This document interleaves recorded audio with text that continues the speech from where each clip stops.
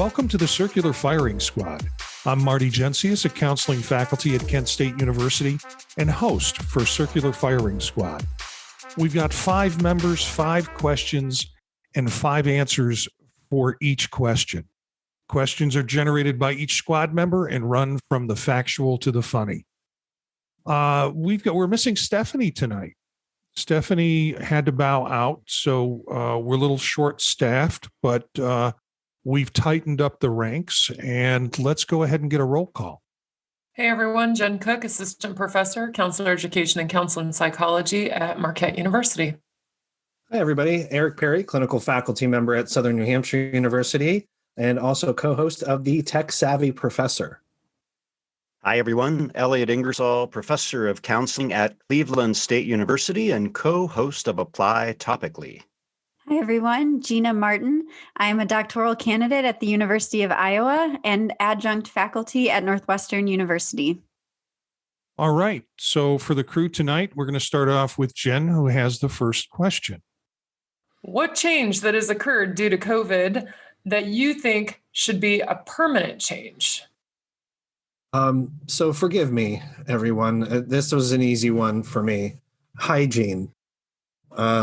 It's the thing that came up for me about 100 times trying to think about this question. And, I think about traveling and the different things I've seen. And, there's countless times where I've been in a bathroom, going to wash my hands and telling grown men to please also wash their hands. I've had students in the bathroom around my class who tried to pass me by. If anything, if this brings better hygiene, I would love for that to stick around. I'm ready for masks to go.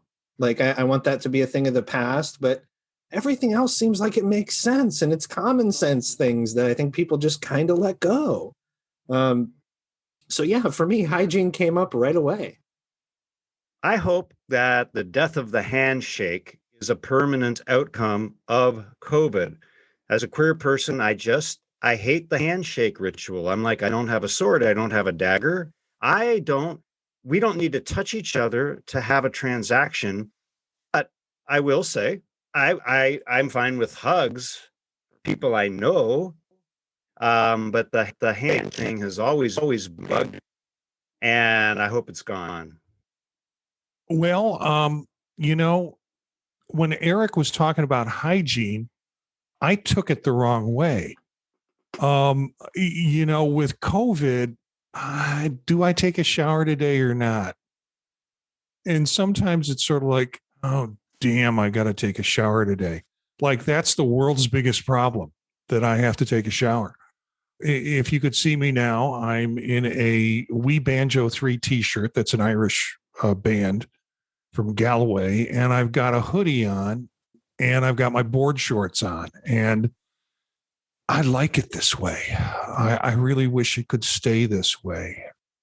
Besides the option of online teaching, I like the option of online association meetings.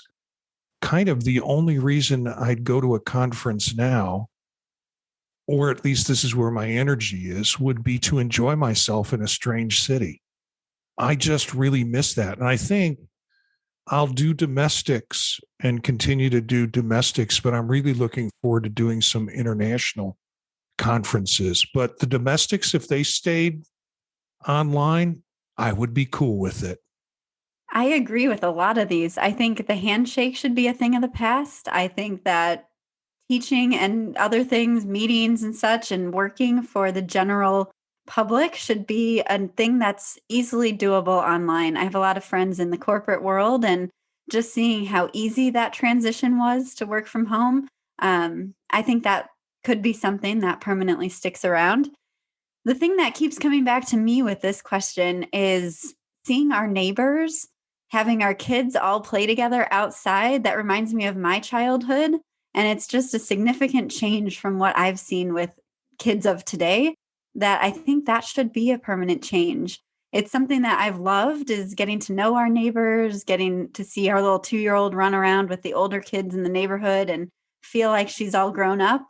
So I think that's been a really positive thing and a positive shift that I hope sticks around. I have to say that I interpreted your hygiene comment opposite as well, Eric. And I thought, no, we need people to go back to showering and whatnot.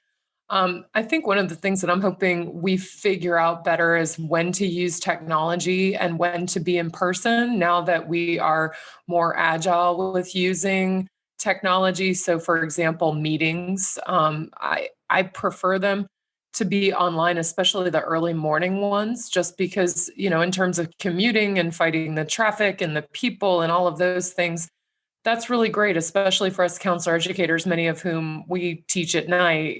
So this idea of an 8:30 or 9 o'clock meeting in the morning, and then you're committed to campus until 8 o'clock at night, pretty much, unless you live right next door. So I really am hoping that we keep using technology for meetings and things of that nature, not unilaterally, but trying to really discern which things work and which things don't, and when to use it to make our lives better rather than making our lives worse, whatever that means. And I think we probably all have a different definition. All right, turning it over to Eric. So my question is, what types of people bring out the best in you? Elliot?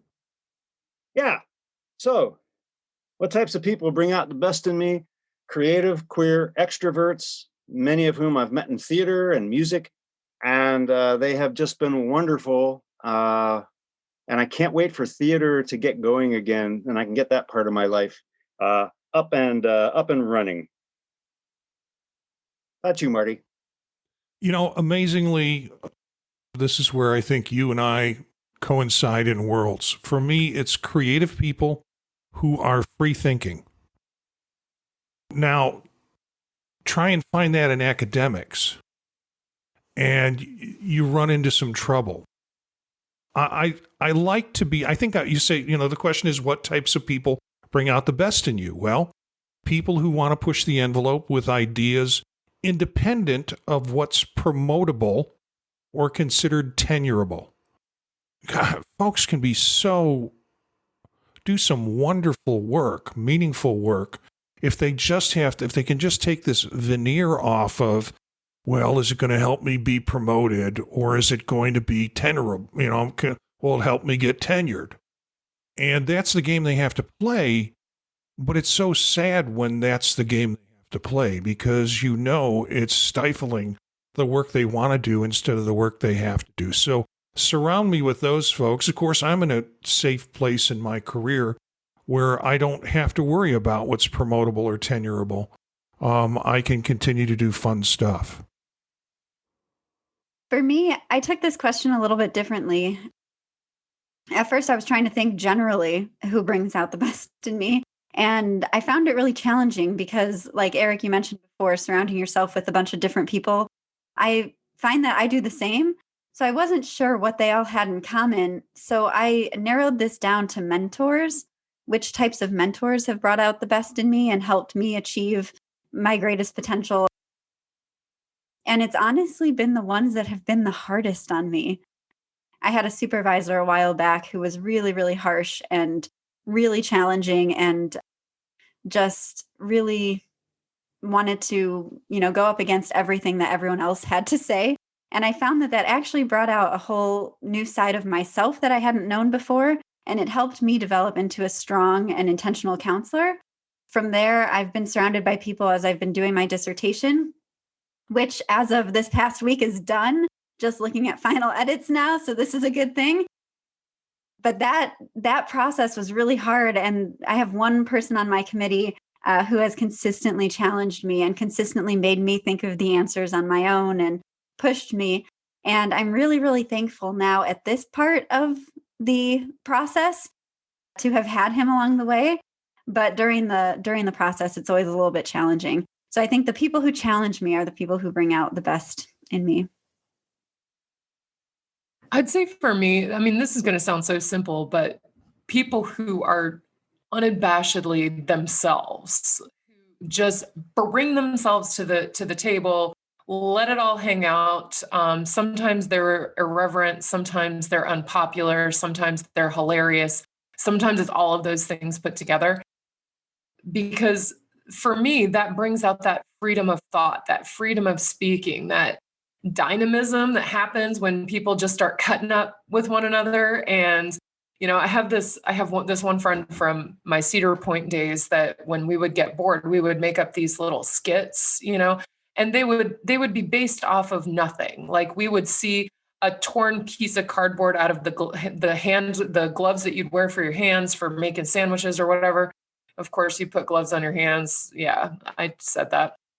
But, I had to rip off this cardboard piece. So, we'd find ourselves, turning it into little shapes. And one of them was named Julio. I mean, those are the kind of people I want to be around, who are just making things up, being creative, but it's because they're bringing themselves. Like they're just fully being their beautiful humanness. And within that, you can just be yourself. And then you see what comes out of that. And those are the most freeing times for me, when I feel like I don't have to put on any kind of airs or pick up on the big words or, front with stupid crap. That's when I feel that the best in me probably comes out. Yeah, and I think you probably stole the good majority of my answer, Jen. I think for me, I went around and around with this, and I have kind of a dry sense of humor, so I'm often attracted to people with that same kind of humor. But I like smiling's my favorite, right? Like I like to be happy doing what I'm doing. I like to be in an environment where folks are happy doing what they're doing. And oftentimes I find that comes from people who are comfortable with themselves and are in a good place to be genuine, to, engage and interact in that way. And I think most of the time it encourages me to feel comfortable and safe to have those types of people around me. So, that's what I look for. And I think I'm able to be authentic and be genuine around those types of people. And partly, I think what attracted me to this profession, that, there's such a focus on that. And is it always achieved? Maybe not. And academia in particular has its own sense of posturing and things that we talk about here. But, this profession in particular at least has that focus. That's something we can draw on. And I often find those are the types of people that bring out the best in me and bring that comfort for me to be myself and engage in that way. So thanks all. Okay, the next question I believe I've got. What was a helpful thing you learned from a hurtful relationship? Marty. Why did I have to draw this one first? Sometimes when I read these questions, I'm like, oh, I want other people to go through this process before I have to. But why did I have to draw this one first? Never enter a relationship when the other person is still in one that they're not happy with. And that was learned from a hurtful relationship where I was in a relationship with someone who is not happy in their relationship. And we proceeded to get engaged together, and not engaged like wedding engaged, but we started to hang out together. And then that person had built me up and then dropped me for the guy that she was going with, that she was having all sorts of problems with.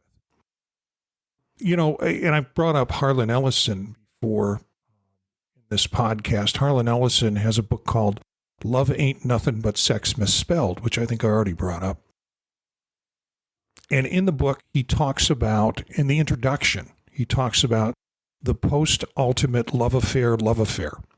And when you're in what you think is the ultimate love affair, and that love affair comes crashing, then what you're headed for, you're lying in the gutter, you're feeling all sorry for yourself, and someone comes along and kicks you in the feet, and you look up, and that's the post-ultimate love affair, and that is the one that'll stick. That's what happened to me in this case. The person that came after this person pulled me out of the gutter, said, I'm not going to take this kind of crap from anybody, particularly you. And I've been married to her for 36 years. Yeah. Wow. So Marty, similarly, I didn't really know what to say for this one. I wasn't sure if I should bring up a past romantic entanglement or if I should stick to maybe like student relationships.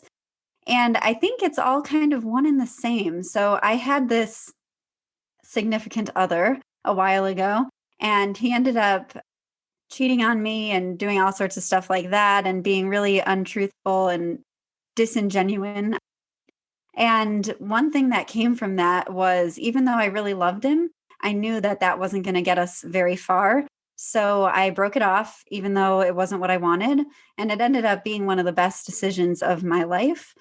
And so that leads me to the other part of this, which is having those boundaries and putting those boundaries into place for yourself in relationships, whether that be romantic entanglements or student relationships or colleague relationships or whatever it is, not having the fear of being yourself in those relationships. So that's mine. I have to agree, Gina. Like what I'm about to say comes specifically from a romantic relationship, but it's completely applicable across the board, which is when the relationship is done, let it be done. And really, what I liken this to is stop holding on to the bumper of the Mack truck while it's speeding down the highway at 80 miles an hour. And, obviously I've learned that lesson the hard way of holding on to that bumper because you think it's not going to be over. You think the person's going to come back or that person loves you, whatever. If it's done, let it be done. Let go of the bumper because you do not deserve to be drugged behind a Mack truck at 75 miles an hour down a highway. And it's interesting that's a lesson that recurs for me, whether it's with personal relationships, professional relationships, sort of organizational relationships. I think we have lots of them in our lives of different types of relationships. But because I was taught to be selfless, there's the female identity there and the woman identity to keep giving, because if you keep giving and you work hard enough, everything will work out. Not so much. So let go of the bumper. Yeah, so I'm going to share. I'm a sucker for positive attention, right? I'll admit it. And this is more from a friend relationship. So I recall a couple of people who were part of a group of, individuals that I wanted to be a part of the group. And they were very complimentary, very, kind, surface level, and, used that kind of to their advantage and would just give compliments and encouragements and kind of these really great things, only to find out that I was the punchline a little bit later on, right? So just for me, and I was totally blindsided by it. And truthfully, I pride myself a lot on my intuition. My background, my history, I was always the new kid. I'm used to being the new kid, right? I went to about a dozen different schools before I graduated high school. I'm really into that kind of intuitive thing and really didn't sense it for a long time and realized it was because I was eating up all of that positive attention and not paying attention to anything else. So, just to be, I guess, more present and aware about what's going on. And the linchpin for me was one time I was wearing this particular suit, and I only have three. And this suit my grandmother bought for me, and love the woman dearly. I talk about her all the time. But she also picked out the design. So it is slightly retro, right? Shoulders are a little high, way too many buttons. And these two individuals in particular gave me so many compliments wearing this jacket. And I go back upstairs to my hotel room. We're in this city at this event. And there's no way someone compliments me on this suit. No way. It was the last thing I would possibly wear. And that's what brought me to that point. So it's just being aware of what is genuine, what those exchanges mean, and sometimes how our own stuff gets in our way, right? In particular, for me, was that need and want and kind of craving for positive attention. Back to you, Elliot. I really appreciate these answers. And this one was just something I thought a lot about. I worked out a few years back I'm not saying everyone with ADHD, but a lot of people with ADHD, myself included, if I'm into someone's work, I'm 100% in. I want to support them in any way I can. I want to help them write or help them figure out things. And what I learned, and again, like a lot of you have said the hard way, I might be 100% in and they might be 40% in. And I would not see that for a while. Now in theater, this works brilliantly because you've got a show, a short period. You're going to do a show for 2 months, whatever, that's great. But in other relationships, it does not translate the same way.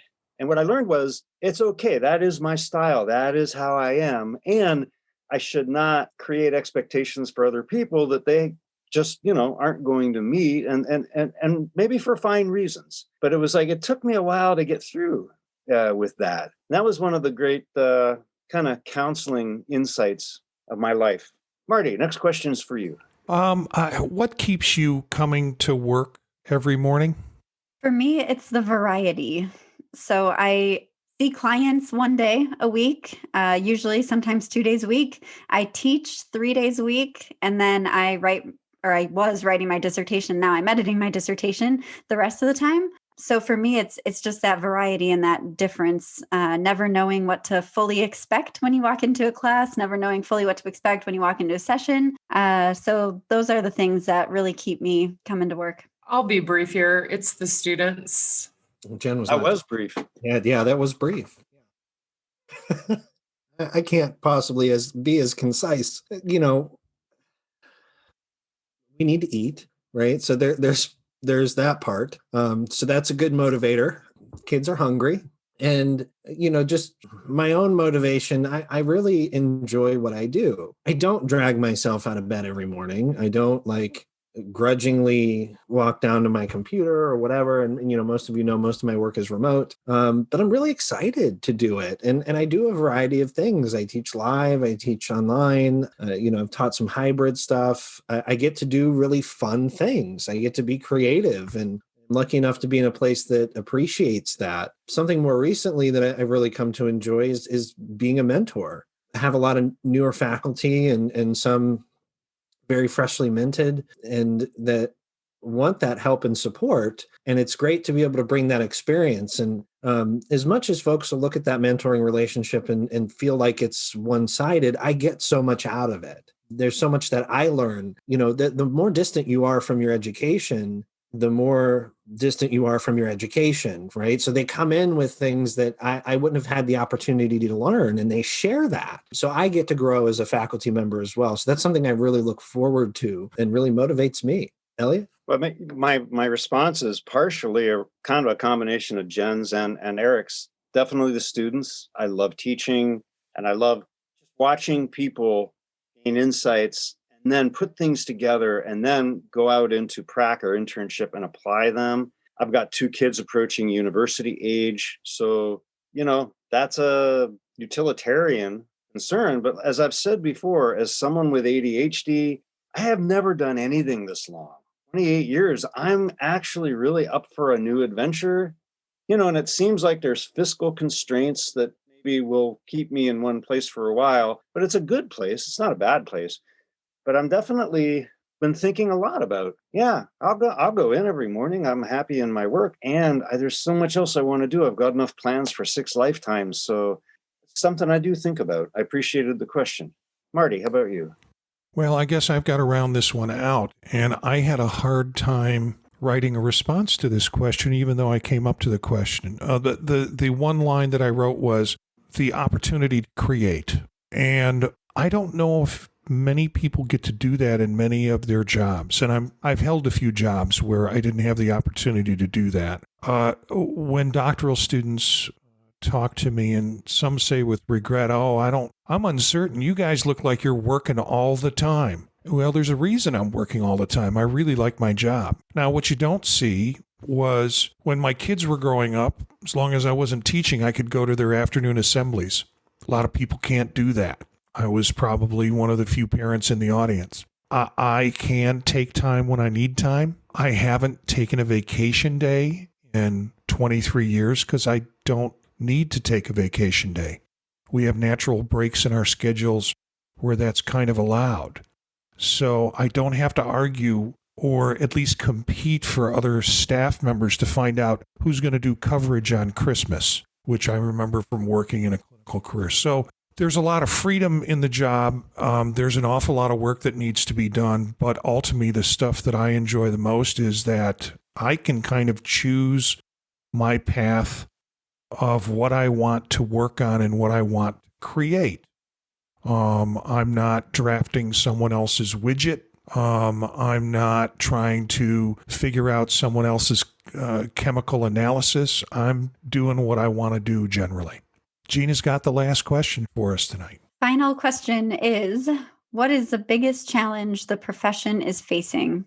This is a hard one because I think we're up against several things right now, but I'm going to confine my comments to two things. First is that I think we are still trying to figure ourselves out as a profession. I think some things are in place, but I think there's still some real solidifying that needs to happen in terms of who we are as a profession. And consequently, I think that because of the crisis in higher education that started, probably a bit pre-pandemic, but got kicked into gear further with the pandemic of the movement toward more teaching, less research, higher course loads, et cetera, I think will have an indelible impact on our profession if our accrediting bodies don't put some limits, because the universities themselves are not going to put limits and say your faculty can't teach 40 people in a section. They're just not going to do that, right? So when it comes to continually seeing, like, for example, job postings, I've got a lot of folks out there who are about to graduate, and I'm always looking at the assistant job postings, clinical teaching, non-tenure track, all teaching a 4-4. This is not allowing for research. So when I think about where we are in our professional identity as a profession, like who we are, who we're defining ourselves to be, and the role that research plays in that, and the amount of time practicing clinicians have to do research, which is pretty low, and really needing the assistance of full-time faculty members who are doing research as part of their jobs, but yet those jobs are declining in terms of being able to be research productive as counselor educators. I think we could be on a very fast track to being in a lot of trouble as a profession if we continue to see a lack of interest, availability, and ability to perform research. Yeah, I think the first thing that came to mind for me was our identity crisis. I think in a lot of ways we've come far in defining who we are and what makes us different as a profession, and at the same time, we're still working towards that recognition. Right? There's not kind of this clear sense of how we're different in some cases. There's not a clear sense of, this portability thing, just a huge issue in terms of being able to practice and what it means to be qualified as a clinician, as a counselor, is so vastly different state to state. There's just all these things that I think need to come together. And so many of them are in this political space that concerns me. And along with that, the help is needed, right? Our need for clinicians in particular is rising, and our ability to get them there may be more challenged as we continue to move forward. And we're looking at, our sister professions, so to speak, as our direct competitors. If they are more nimble, more agile than we are, we could see this vastly shift. And we've seen this happen with social work. We've seen this happen with psychology, who has a monstrous lobby in comparison to counselors and counselor education. So, I think more attention needs to be brought to the idea of portability, our ability to really align what makes us qualified as clinicians and what separates us from the rest of the helping professions. And that's not a small task, but it's an organic one that needs to happen, and unfortunately also needs a fair bit of capital behind it, being that that's how our system works. I don't like it. I recognize that it's a challenge that we're going to have to face, and going to have to find some unique ways to get there. Yeah, I looked at this a couple ways, and one was I don't really think if there was something that really defined us as different, we'd have sorted it out by now. What I think we need to do is bind together with psychology and social work and chemical dependency counselors, the non-medical mental health professionals need to work together. And of course, people working together almost never happens. So I get it. And I hear that, yeah, if the other people don't want to do it, we need a plan B. And that totally makes sense to me. But it's very frustrating. But I would say the main challenge for any mental health profession is Republican lawmakers. I have never seen such a cohort of half-witted creatures who, I mean, they barely have a half an inch of forehead, and they wouldn't know mental health if it kicked them in the groin. And they don't understand how many people are hurting in this country, and they don't care. As long as United States citizens are going to elect such people to representative office, that's going to really be a challenge. As Eric said, we need capital.